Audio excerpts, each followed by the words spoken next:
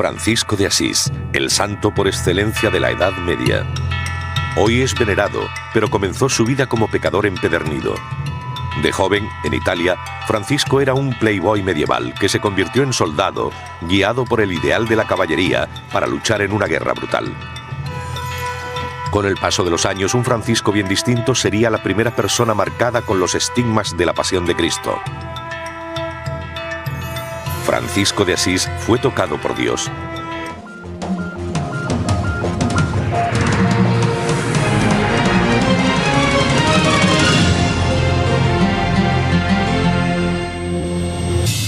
San Francisco de Asís. Probablemente nunca haya existido un hombre más inspirador que Francisco. Una persona de gran carisma y mucho sentido de fuego interior.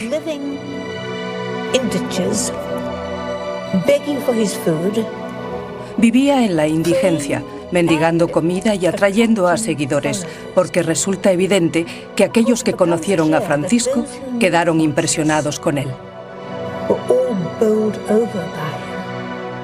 Francisco era hijo de un rico mercader de telas y su deslumbrante esposa francesa. Fue mimado hasta el extremo y tuvo a su alcance todos los lujos de la época. No le faltó de nada. Provenía de una familia de mercaderes y pudo tener una infancia consentida. Recibió una buena educación, gastaba mucho dinero en él y estaba mimado en muchos aspectos. En muchos sentidos, Francisco era un niño mimado, hijo de un hombre muy rico que no tuvo que hacer nada para beneficiarse de sus riquezas. Y no se dedicaba más que al consumo ostentoso. En otras palabras, Francisco sabía cómo divertirse. Sabemos que de joven, Francisco era un vividor, un playboy. Con mucho dinero, amigos aristocráticos y ávido de gloria. En una época en que las enfermedades, el hambre y la guerra acababan con las vidas de millones de personas, Francisco descubrió los placeres de la carne y el alcohol. Le gustaba estar de fiesta hasta muy tarde, burlando las leyes de Asís. Ese tipo de correrías de los jóvenes eran generalmente aceptadas, como hoy en día. Pero esta existencia despreocupada estaba a punto de cambiar. Antes de cumplir los 20 años, Francisco fue llamado a filas y marchó a combatir gustosamente. Las guerras medievales eran endémicas. Fue una época brutal y violenta. Había que matar para no morir. La experiencia de Francisco en la guerra y el subsiguiente encarcelamiento lo cambiaron para siempre. Cuando regresó a Asís, era un hombre diferente. Francisco se embarcó en un peligroso viaje espiritual que cambiaría el curso de la historia y lo convertiría en uno de los santos más venerados de todos los tiempos. La iglesia era inmensamente rica y a Francisco le inquietaba. Era una preocupación que compartía mucha gente. No les gustaba la idea de que las riquezas corrompieran el ideal apostólico básico, la pobreza y la sencillez de la iglesia primitiva. Francisco se impuso la misión de restablecer los valores originales de Jesucristo en la decadente iglesia de entonces. Con su increíble carisma atrajo a miles de seguidores a su forma de vida y se convirtieron en frailes franciscanos. Era tan famoso que cuando hablaba, la gente se congregaba a su alrededor. A veces no decía ni una palabra, sencillamente rompía a llorar o empezaba a bailar y cantar. Ahora Francisco es el santo patrón de los ecologistas. Para él todos los animales eran hermanos y hermanas. Su pasión por la naturaleza no tenía límites. En esta era ecológica, ¿qué podía ser más importante que el hombre que pensaba que el agua, el sol, la luna y las estrellas eran hermanos y hermanas? Y que se preocupaba por los animales, no de un modo sentimental, sino considerándolos criaturas dignas e igualmente queridas por Dios. Siempre he pensado que pretendía vivir la vida como lo hacían los animales. Levantarse por las mañanas, ponerse en marcha, mendigar el sustento y dormir al aire libre. Vivía en la naturaleza como no lo hacía mucha gente. Pero este santo humilde y amante de la naturaleza también intervino en la escena internacional. Con la orden ya asentada, Francisco decidió unirse a la Quinta Cruzada y, de forma temeraria, intentó convertir al cristianismo al sultán de Egipto. Un acto en el que arriesgó su vida. Las cruzadas eran increíblemente peligrosas. Para empezar, había que viajar unos 5.000 kilómetros hasta territorio enemigo. Sabemos que la tasa de mortalidad era del 30%, y Francisco, siendo consciente de ello, cuando parte no lleva cota de malla ni nada parecido. Va a predicar y convertir. Fue un paso muy valiente. Tras experimentar los traumas de la guerra y la cárcel, la mente de Francisco parecía carecer de toda noción de miedo. Al final de su vida, comenzó a experimentar milagros. Se le veía irradiar luz mientras rezaba. Su amor a Dios era tan intenso que se convirtió en la primera persona de la historia en recibir las misteriosas e inexplicables heridas de los estigmas. Creo que la fuerte identificación de Francisco con Cristo y el hecho de recibir los estigmas en sus manos fue lo más importante para hacerle santo. Francisco de Asís. ¿Un santo? ¿Un pecador? ¿O un loco? Cuando dejó el colegio a los 14 años, Francisco de Asís se convirtió en un adolescente gamberro. Este playboy medieval era conocido en la ciudad por su afición a la bebida, las mujeres y la buena comida. Solía pasar la noche de fiesta, a menudo quebrantando el toque de queda. De joven fue en muchos aspectos el líder de los jóvenes de Asís. Vestía como un dandy y tenía un trato abierto y cordial que desarmaba a la gente. El padre de Francisco poseía fincas cerca de Asís. En este entorno rústico se adiestró en tiro con arco, lucha y equitación. No se puede evitar sentir pena por el padre de Francisco. Esperaba que su hijo fuese como él, un mercader. Pero lo único que quería Francisco era salir con sus aristocráticos amigos, pelear, meterse en problemas y asistir a bailes. Francisco también empezó a soñar con convertirse en caballero. Los caballeros eran los héroes medievales, y si Francisco tenía alguna ambición, era convertirse en héroe de guerra como ellos. Siendo mercader, uno podía hacerse rico y conseguir una buena posición en la sociedad, pero ser caballero tenía algo más, el atractivo, el interés quizá de viajar al extranjero, luchar y conseguir fama y fortuna. Las mujeres le adorarían. Era una carrera con muchas oportunidades para un joven ambicioso. La vida de mercader no tenía ningún atractivo para Francisco, pero no pasó mucho tiempo antes de que le surgiera una nueva oportunidad. En 1202, Asís entra en guerra, y Francisco ocupa su puesto en la caballería. Aquella era su oportunidad para demostrar de qué estaba hecho. Si lograba probar su valor en el campo de batalla, podría tener la oportunidad de convertirse en caballero. ¿Pero estaría la guerra medieval a la altura de los ideales heroicos de Francisco? Creo que la realidad de las batallas medievales debió ser terrible para la gente que las vivió, sobre todo viendo lo jóvenes que eran muchos de ellos. Sabemos que aquellas batallas eran sangrientos combates cuerpo a cuerpo, así que si no mató a nadie, vio a gente morir. El futuro santo pudo incluso haber matado a hombres en violentos combates cuerpo a cuerpo. Creo que Francisco haría lo que fuera necesario en el campo de batalla. Era una cuestión de supervivencia. De otro modo, alguien te mataría o te mutilaría. Hay una enorme diferencia entre el mundo del relato galante y la ética caballeresca de la batalla y la realidad. Cuando empezaba el combate se causaban terribles heridas. Los lanzamientos de flechas podían ser horribles. También estaba el problema de quitarse las armas clavadas. A menudo quedaban dentro de diferentes zonas del cuerpo grandes trozos de metal. Había gente despedazándose con espadas, lanzas y útiles agrícolas. Se oían los gritos y alaridos de los animales agonizantes. Debió ser una experiencia horrible. Heridas, sangre, ruido y gritos, a menudo acompañados de tambores y trompetas que añadían añadían un toque caótico a la situación. Era algo brutal, muy intenso. Aquello debió impresionarle muchísimo. Sin duda explica gran parte de su posterior pacifismo. Francisco y los hombres de Asís sufrieron un duro ataque y viendo que los superaban en número, huyeron. Pronto el campo de batalla quedó cubierto de cadáveres y hombres mutilados gritando de dolor. La mayoría de los supervivientes de Asís fueron ejecutados inmediatamente. Era una práctica corriente después de una batalla ejecutar a los soldados de infantería y a los arqueros. Nadie los quería. Habría que alimentarlos o vigilarlos. Era mejor librarse de ellos. Solo se mantenía con vida a los ricos. Se podía obtener un rescate por ellos. Francisco vestía como un aristócrata, con una cara armadura nueva. Sus captores lo consideraron digno de un rescate y decidieron mantenerlo con vida. Fue conducido con los demás prisioneros ricos a una húmeda celda subterránea.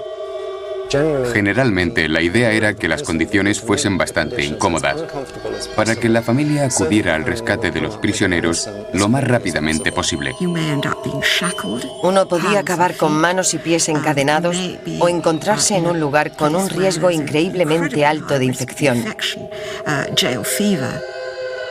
Durante el año que pasó en prisión, Francisco pudo haber contraído una enfermedad grave. La tuberculosis es una enfermedad que se puede contraer muy fácilmente. Es altamente contagiosa. El riesgo de ir a prisión y coger una terrible infección era muy elevado. Lo más destacable de San Francisco es que, aunque las condiciones eran deprimentes, él seguía siendo el que levantaba el ánimo y mantenía unido al grupo. Finalmente, tras un año de negociaciones, el rescate de Francisco fue aceptado. Volvía a ser libre, pero la guerra y la prisión habían hecho mella en el Playboy. Visto desde nuestra perspectiva, parece como si al salir de prisión y tras las experiencias vividas, hubiera sufrido algún tipo de colapso mental. Cuando regresó a Asís, Francisco estaba peligrosamente enfermo de cuerpo y alma. La guerra lo había traumatizado. En 1203, Francisco de Asís fue liberado tras un año de encarcelamiento. Había luchado y perdido en una guerra amarga y sangrienta que le dejó cicatrices físicas y emocionales. Un día, mientras montaba por los alrededores de la ciudad, se encontró con un leproso. Montaba su hermoso caballo, con su ropa elegante, cuando se le acercó este personaje, el cual suponemos que sufría un avanzado estado de la enfermedad. Probablemente era muy desagradable de ver. Antes, Francisco habría huido de un leproso, pero en esta ocasión su comportamiento fue muy diferente. Besó al leproso y describió la experiencia como un sabor dulce en su boca, como si hubiera bebido de un excelente barril de magnífica ambrosía. Se sentía extasiado. El hecho de obligarse a abrazar a aquella figura repulsiva y hacerlo con una sonrisa, con dignidad, liberó a Francisco de muchas de sus inhibiciones. Los leprosos eran lo peor de lo peor, los intocables de la época. Sin embargo, se pensaba que el mismo Jesucristo se aparecería en forma de leproso. Cuando besa al leproso, cree estar besando a Jesús. Es físicamente repugnante, pero esto es lo que hace un santo, porque tras las llagas y el desagradable exterior está Cristo. Catalina de Siena, por ejemplo, no solo besa a un leproso, sino que le limpia las heridas llenas de pus, las lesiones de la lepra, con su propia boca. Cuando Francisco besó al leproso, tuvo una revelación. Decidió que los verdaderos leprosos no eran los físicos, sino los morales con los que había vivido hasta el momento. De repente, su vida anterior de vino, mujeres y canciones perdió todo su atractivo. Intenta retomar su vida anterior, volver con sus viejos amigos y salir otra vez de fiesta, pero le embarga la melancolía. Con 23 años, Francisco comienza a visitar un alejado retiro en la montaña, donde se refugia en una cueva rezando porque acaben sus días. Sufría algún tipo de depresión, arrepentido de sus salvajes años de juventud, de alcohol y de mujeres. No hay duda de que Francisco estaba bajo un fuerte estrés. El padre de Francisco debía querer que se centrase en el negocio familiar y ocupase el lugar que le correspondía en la sociedad. Francisco estaba bajo una creciente presión social, y someterse era duro para él, como lo es para todos los adolescentes del mundo. En lugar de trabajar, cada vez pasaba más tiempo en las antiguas iglesias de los alrededores de Asís, rezando y buscando respuestas. Una de las iglesias en ruinas a la que le gustaba ir era la de San Damián. Y allí rezaba ante un antiguo crucifijo bizantino desde el que oye la voz de Cristo diciéndole: Francisco, repara mi iglesia, que como puedes ver, se viene abajo. Pensó que el crucifijo le habló a él, que Jesús en la cruz le pedía que reconstruyera su iglesia. Debió ser una experiencia abrumadora. ¿Pero fue realmente la voz de Dios o solo una alucinación? En esa etapa de su vida, su sacrificio era muy intenso. Apenas comía y sometía su cuerpo a situaciones muy extremas. No dormía, permaneciendo despierto durante largos periodos de tiempo. Este tipo de sacrificio, en concreto la falta de sueño y de nutrición, podría haberle causado ciertos síntomas, como alucinaciones, tanto visuales como auditivas. Es muy difícil saber si fue un verdadero milagro, si sucedió en realidad. Pero Francisco creía que sí. Quizás su conciencia le habló y le pidió que llevara una vida más seria. Es entonces cuando Francisco se convierte en Francisco.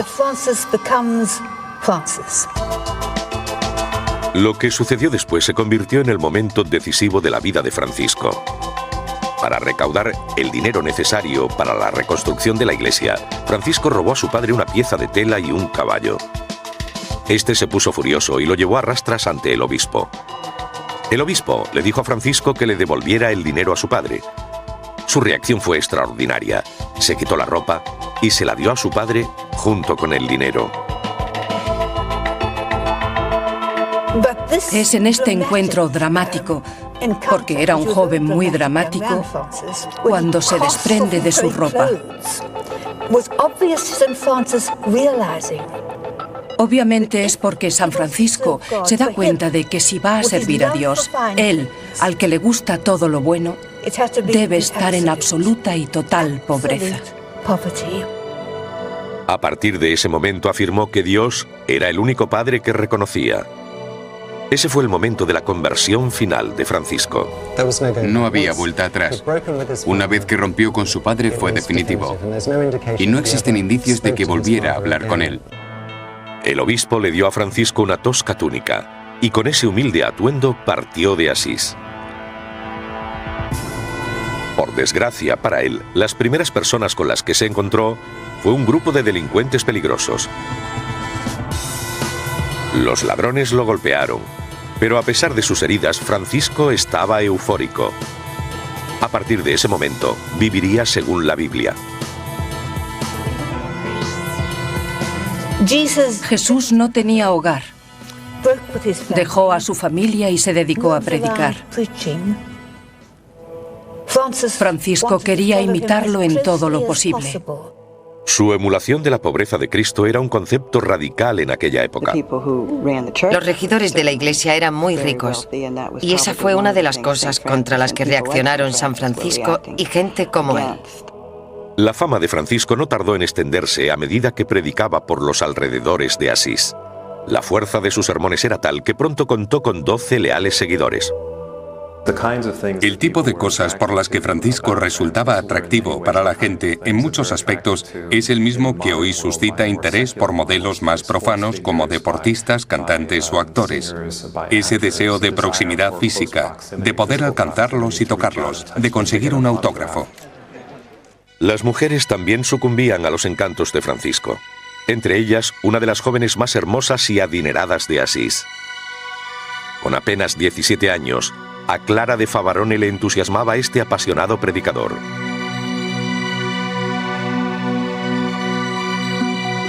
Francisco se mantuvo célibe, pero sin duda debió sentirse deslumbrado por esta belleza. Incluso los aspirantes a santos pueden ser tentados. Francisco de Asís había emprendido una vida de santo, pero iba a enfrentarse a una gran tentación. El domingo de Ramos del año 1212, la hermosa Clara de Favarone huyó de su casa.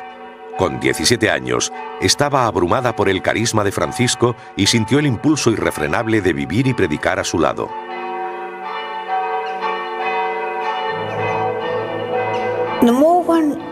Cuanto más se lee sobre Santa Clara, más evidente resulta que se trataba de una mujer muy sensata, sensible, práctica, una verdadera madre superiora italiana. Y salvo un momento de alocado romanticismo, no creo que alguna vez lo creyera posible. Los votos de Clara ante Francisco y su aceptación representan una unión de corazones, cuerpos y espíritus. Pero antes de que su platónica unión se transformase en física, la familia de Clara y la autoridad eclesiástica tomaron cartas en el asunto. No se podía permitir que Clara viviera con Francisco como predicadora itinerante. Existía la creencia de que las mujeres podían llevar la deshonra a la familia si se les permitía estar en la calle. Era muy raro encontrar a una mujer predicadora, pues se esperaba que permaneciera enclaustrada. Francisco y su movimiento radical ponían a prueba a la Iglesia, y aceptar a mujeres predicadoras con libertad de pensamiento era ir demasiado lejos. Clara fue confinada en un convento y Francisco no se atrevió a desafiar a la jerarquía. Retomó la extenuante tarea de reconstruir la iglesia de San Damián. Seguía sufriendo la enfermedad que había contraído en prisión, posiblemente tuberculosis, y comprometía su salud a causa de la dieta que llevaba. Francisco rechazaba todo alimento, excepto las sobras que mendigaba por las casas.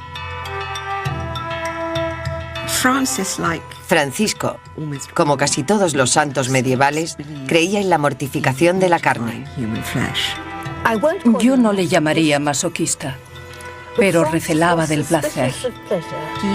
Se sabe que, por ejemplo, añadía cenizas a su comida para hacer que supiera mal. Se imponía un gran sacrificio que rayaba en la crueldad. Puede que Francisco sufriera una enfermedad que hoy solo relacionamos con modelos y jovencitas. La anorexia es algo que debieron sufrir muchos santos medievales debido a las privaciones.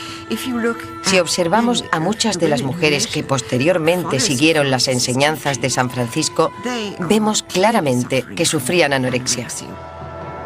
Francisco se sacrificó en su búsqueda de la perfección espiritual. Creo que cuando uno se acostumbra a ese tipo de prácticas, se siente arrastrado a estar más cerca de Dios, a unirse cada vez más a Él y a hacerse cada vez más santo. Aunque, por supuesto, la paradoja es el orgullo. La soberbia es uno de los 7 pecados capitales y en la Edad Media un grave error para los aspirantes a santos. Creo que esto debió atormentar el alma de San Francisco, porque cuanto más humilde se volvía y más tiempo pasaba sin comida o bebida, andando descalzo, incluso en la nieve, más probable es que fuera acusado de sentir satisfacción por lo que hacía y de sentir orgullo al sacrificarse más que cualquiera de sus hermanos y hermanas. Francisco predicaba en hasta 5 pueblos al día. Al principio la acogida era hostil. La gente sospechaba de aquel loco errante y le lanzaba barro y tomates podridos. La gente se reía de él, le llamaba chiflado y lo ridiculizaba. Se le consideraba un loco. Francisco, o el loco de Dios, como a veces se llamaba a sí mismo, llegó al extremo de predicar a los animales. Su sermón a los pájaros es un momento definitorio y revela su compasión por todas las formas de vida. Creo que para un joven con sus ambiciones, predicar a los pájaros era una forma de probarse a sí mismo y ver si la naturaleza confirmaba su idea de que quizás tuviera realmente esa capacidad especial. La tuviera o no, el sermón a los pájaros ocurrió, lo que hizo que mucha gente considerara a Francisco un lunático, pero a pesar del ridículo público, buscó la fuerza en su interior y siguió predicando. Poco a poco se corrió la noticia del santo loco cuyos sermones eran conmovedores espectáculos. Tenía algo, era un artista, un actor, pero obviamente se sentía muy inspirado y a la gente le atraía. Francisco es un hombre muy apasionado, lo que todos pensamos de un italiano típico. Tiene una gran pasión y su amor por Dios es la pasión de su vida. Francisco predicó una nueva clase de religión emocional y personal que la gente corriente pudiera entender. También se nota la creciente necesidad de una religión directa que emocione. Y se empieza a poner un mayor énfasis en los sufrimientos de Jesús o en la dulzura de la Virgen. La gente se tomó tan en serio a Francisco porque se daba cuenta de que su fervor y su determinación eran genuinos. También practicaba lo que predicaba. Era realmente pobre, iba descalzo y vestía harapos. Veían que este hombre se sometía al sufrimiento y el dolor, intentando hacer llegar su mensaje. Un psiquiatra probablemente viera a Francisco como un típico caso de histeria, pero en el lado positivo fue su dramatismo, su encanto y su exuberante forma de contar historias lo que hacía que la gente se sintiera atraída por él, lo que también le sirvió para liderar su propio grupo. Pero también hay un lado negativo en la exuberante personalidad histérica, uno con el que Francisco estaba muy familiarizado. En el lado negativo, un histérico experimenta su conflicto interior físicamente y sus miedos se transforman en enfermedades. Su cuerpo enferma como una manifestación de ese conflicto. A pesar de sus enfermedades, una de las prioridades de Francisco siempre fue cuidar del enfermo. Puso sus ideas en práctica.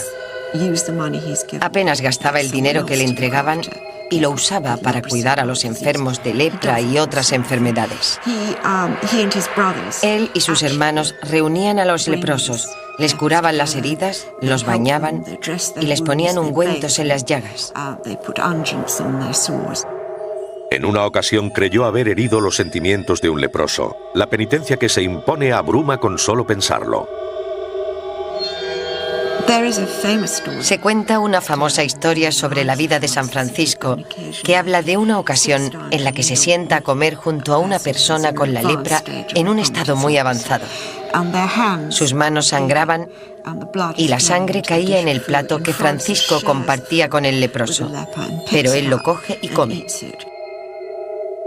Para Francisco esto formaba parte del proceso de destruir el ego. Se sometió a esta rigurosa forma de vida y no tardó en atraer seguidores. El siguiente paso de su recién creada orden era obtener la aprobación del Vaticano. Francisco anunció a sus 12 compañeros que debían visitar Roma para ver al Papa. Este sería el mayor riesgo que correría en toda su vida. Francisco se arriesgó a ser visto como uno de esos extraños individuos que quieren conseguir autoridad de la Iglesia. El Papa podría haberlos declarado herejes, porque Jesús no predicó en ningún momento que había que vivir en absoluta pobreza. Incluso si el Papa accedía a recibir a este humilde fraile, existía el peligro de que fuese condenado a muerte por herejía y su orden extinguida. Francisco de Asís hace escribir su Forma de Vida o Regla. En 1209 viaja a Roma en busca de la aprobación oficial de su orden. Las grandes y suntuosas iglesias de Roma debían alzarse como los edificios más majestuosos de su tiempo. Cuando Francisco fue a Roma, la ciudad más grande que había visto en su vida, seguramente quedó impresionado por el contraste y la hermosa riqueza del Palacio de Letrán, su esplendor y ornato. Aún así, como gran ciudad, tendría sus zonas pobres. Francisco quería entrevistarse con el gobernante de esta metrópolis. Pero eran los tiempos de la Inquisición, cuando la gente podía ser ejecutada por mantener creencias cristianas, consideradas erróneas. Con su forma de vida tan poco convencional, Francisco se arriesgaba a la posible ejecución como hereje. Uno piensa, ¿por qué el Papa Inocencio III, uno de los hombres más poderosos de la cristiandad en aquel momento, recibiría un grupo de jóvenes andrajosos? Es importante resaltar que simplemente fue hasta allí y pidió una audiencia con el jefe, lo que demuestra la fuerza y la convicción que tenía. El Papa no sabe qué hacer con este joven lleno de vida. Y dice irónicamente, vuelve al lugar al que perteneces, duerme con los cerdos. Francisco no pareció entender el sentido del humor del Papa y se lo tomó al pie de la letra. Francisco se marchó. Pasó la noche en una pocilga y regresó al palacio papal al día siguiente, cubierto de estiércol de cerdo. Le dijo, aquí estoy, he hecho lo que me dijo. El Papa se sintió conmovido y oyó lo que tenía que decirle. Y cuando se escuchaba a Francisco era muy difícil resistirse. Cuando se conocía a Francisco, se conocía a alguien con mucha fuerza, a alguien que desafiaba y ponía a prueba a todo el mundo. Su intenso carisma hizo que la gente se sintiera atraída por él durante toda su vida. Nadie era capaz de resistirse a sus palabras. Cuando predica ante el Papa y los obispos, estos se sienten invadidos por el fuego de su espíritu y su entusiasmo. Perciben que hay alguien que puede predicar a las masas, alguien que puede llevarlos de nuevo a Cristo y devolverles el fuego del Evangelio. Francisco obtuvo rápidamente la bendición del Santo Padre para su orden y su forma de vida. Pero quizás haya otro motivo más estratégico tras la bendición del Papa Inocencio. Quizás tenía la esperanza de que el paso dado por Francisco sirviera de ejemplo a su rico y orgulloso clero. En la Alta Edad Media, el papado tenía la firme intención de reformar el clero secular, apartarlos de sus amantes, hacer que leyeran libros y lograr que se preocuparan por sus responsabilidades para llegar a ser mejores pastores. Estaba recuperando parte del antiguo fervor del cristianismo evangélico, reinstaurándolo en la Iglesia. Abría un nuevo camino y ofrecía una nueva forma de predicar capaz de llegar a la gente, algo que la Iglesia no conseguía. El mensaje de Francisco se propagó rápidamente y cautivó a miles de personas. Los agresivos hombres de negocios, los mercaderes, los abogados, los sacerdotes, los granjeros, los campesinos, todo el mundo se daba cuenta de que Francisco estaba cambiando el mundo. Tan solo 6 años después, había 5.000 hermanos reunidos para un capítulo. Es un crecimiento asombroso. Tras haberse reunido con el Papa y ampliado su orden, Francisco busca un nuevo desafío. Pensaba a lo grande, y unos años después decidió intentar convertir a un sultán al cristianismo, y con él a todos los musulmanes. Partió con la Quinta Cruzada hacia la ciudad egipcia de Damieta. Durante cientos de años, los cruzados cristianos y los defensores musulmanes se habían estado matando en una serie de encarnizadas batallas. Las matanzas en nombre de Cristo afligían grandemente a Francisco. Debió ser un golpe para los sentidos entrar en el campamento musulmán de Damieta. El aroma de la carne cocinándose, el ruido y el olor de los caballos, la llamada a la oración, el traqueteo de cadenas y la preparación de las armaduras. Poco después de su llegada, los ejércitos cristianos sufrieron un serio revés, perdiendo unos 5.000 hombres. Francisco decidió no seguir retrasando su intento de terminar con la carnicería y el sufrimiento. Justo antes de que Francisco apareciera, hubo una masacre de presos cristianos. La pérdida de estas almas a manos del enemigo impulsó a Francisco, le dio valor y le llevó a intentar convertir a los musulmanes para poner fin a la guerra y detener la lucha entre las dos creencias. El sultán era el líder de millones de musulmanes, gobernante de un vasto imperio. Cuando Francisco conoció a este gran hombre, quiso desafiar sus preciadas creencias islámicas. Esperaba morir como mártir. La belleza del martirio es que no cabe duda de la santidad de un mártir. Se considera que ellos van directamente al cielo cuando mueren. Se podría decir que obtienen el mayor premio. Cuando Francisco conoció al sultán, esperaba convertirlo. Una vez logrado, el resto de los musulmanes también se convertirían. Así que fue un intento de comenzar por arriba. Muy visible, pero no funcionó. En vez de conseguir el martirio, se le concedió paso libre por Tierra Santa. Pero ahora, su estado de salud ha quedado afectado de manera crónica. Como incontables cruzados, se contagió de algunas enfermedades muy molestas en Egipto. La disentería era muy común. El número de muertos a causa de ella fue enorme. Y también el escorbuto. Todos hemos oído historias de que a los hombres se les hinchaban las encías y había que cortarles los dientes. Francisco también sufrió una gran decepción. Quizás fue su mayor error. No había logrado convertir al sultán ni acabar con la lucha en Oriente Próximo. Es posible que tras el fracaso de su misión se sintiera algo menos animado y quizá un poco deprimido. Volvió a plantearse cuál era su propósito. Entonces desapareció durante 6 meses y hasta hoy nadie sabe dónde fue. Lo cierto es que cuando regresó, su orden estaba en apuros. Habían llegado a Asís rumores de su muerte y debía volver pronto para solucionar aquella crisis. A su regreso a Italia, Francisco nunca logró recuperar por completo el control de su orden. Había crecido demasiado para que la rigiera un solo hombre. La gran tristeza de su vida le sobrevino cuando su orden creció tanto que resultaba difícil de dirigir. Cuando solo se trataba de él y unos pocos más, era muy sencillo. No tenían nada y amaban a Dios. Pero al tener docenas, cientos, miles de seguidores e iglesias, empezaron los problemas y a Francisco no se le daba bien resolverlos. A pesar del fracaso en el gobierno de la orden, su fama seguía creciendo. Por todas partes la gente le gritaba santo, santo e intentaba conseguir un trozo de su ropa. Se le consideraba capaz de obrar milagros. En cierto sentido, tuvo mucho éxito. Había conseguido lo que quería, el respeto del mundo. A Francisco no le preocupaban la fama y el éxito. Y en la última etapa de su vida prefería pasar de retiro el mayor tiempo posible. Con sus leales compañeros solía subir al monte Alverna, donde meditaba y rezaba durante días y noches.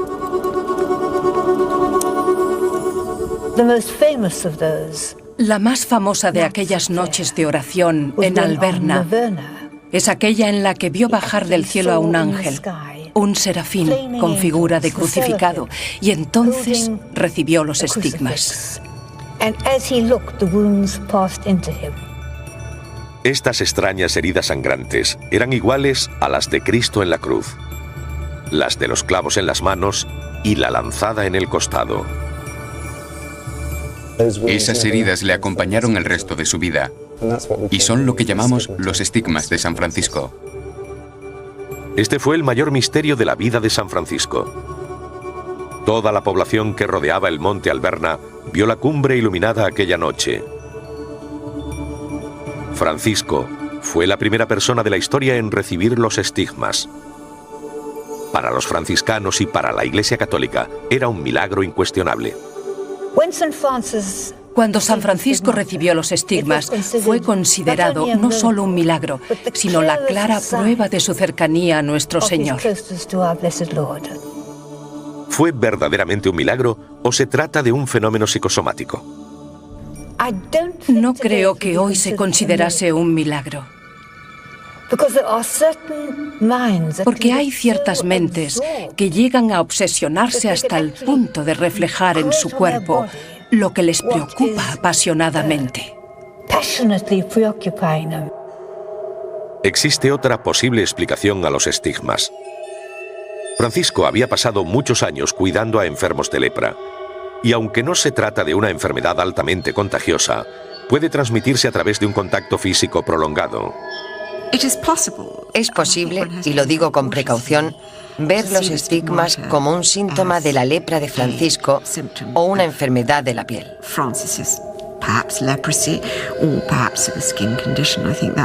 Creo que debe tener una explicación. Quizás fuese algo psicosomático. Por supuesto, siempre cabe la posibilidad de que fuesen verdaderos estigmas. Cualquiera que fuese la verdad de los estigmas, supusieron uno de los secretos más extraños y mejor guardados de la vida de Francisco. Francisco no dijo nada al respecto. Era muy tímido a la hora de hablar sobre las cosas que más le importaban.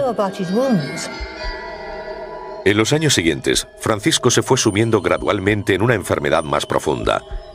Fue tratado por un médico brutal que usaba cauterios para contener el flujo de pus de su ojo. El cauterio es un instrumento de metal que se calienta hasta que desprende humo. A continuación, se aplica sobre la carne infectada. Esto se hacía en una época en la que no existían los antibióticos.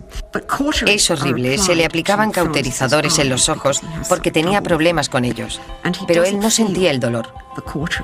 Sus propios hermanos huían del cuarto asustados, pero Francisco no lo sentía y esto se considera una prueba de santidad. En mi opinión, por supuesto, se trataba de un posible daño en el sistema nervioso como resultado de la lepra. Ninguna de estas intervenciones médicas pudo frenar su declive o disminuir su sufrimiento. No puedes negarte el alimento, el sueño y el tipo de cosas necesarias para seguir viviendo y esperar tener una vida larga y sana. Hacia el final de su vida, Francisco se da cuenta de que no ha tratado muy bien su cuerpo e incluso se disculpa. Hay un momento muy conmovedor cuando se disculpa ante el hermano asno, como llama a su cuerpo, diciéndole: «Lo siento, te he tratado muy duramente y no te lo merecías». Dios no nos pide que nos castiguemos, sino que nos amemos los unos a los otros, lo cual es bastante castigo. A medida que se acercaba su muerte, la gente sabía con certeza que sería canonizado. Se percibía. Era un santo público, un santo por aclamación. Al ser consciente de la proximidad de su muerte, Francisco volvió a Asís. Enviaron caballeros para custodiarlo. El cuerpo de un santo sería una reliquia extremadamente valiosa y daría gloria a la ciudad en la que descansaran sus restos. La gente de Asís debía estar deseosa de que Francisco muriera en su ciudad. Sabían que este futuro santo atraería a gran multitud de visitantes. Era una oportunidad de ganar dinero. Ello encerraba una gran contradicción. Querían hacer dinero con un hombre que vivió sumido en la más absoluta pobreza, proclamándola como virtud. Pero esa era la realidad del mundo medieval. La gente vio la oportunidad de explotarlo. Para trasladarlo convaleciente desde el lugar en que cayó enfermo hasta Asís, tuvieron que viajar de noche y por caminos secundarios para evitar que la gente le arrancara pedazos estando aún vivo. Murió agotado de sufrir tanto dolor, cansado. Su cuerpo estaba completamente gastado, no quedaba nada. Francisco murió en la Porciúncula, el lugar de nacimiento de su orden. Solo tenía 44 años, pero había ayudado a salvar la fe cristiana. Fue canonizado solo 2 años después de su muerte por el Papa Gregorio IX. Creo que fue una fuente de inspiración durante toda su vida. Porque el mayor mal es sin duda el egoísmo.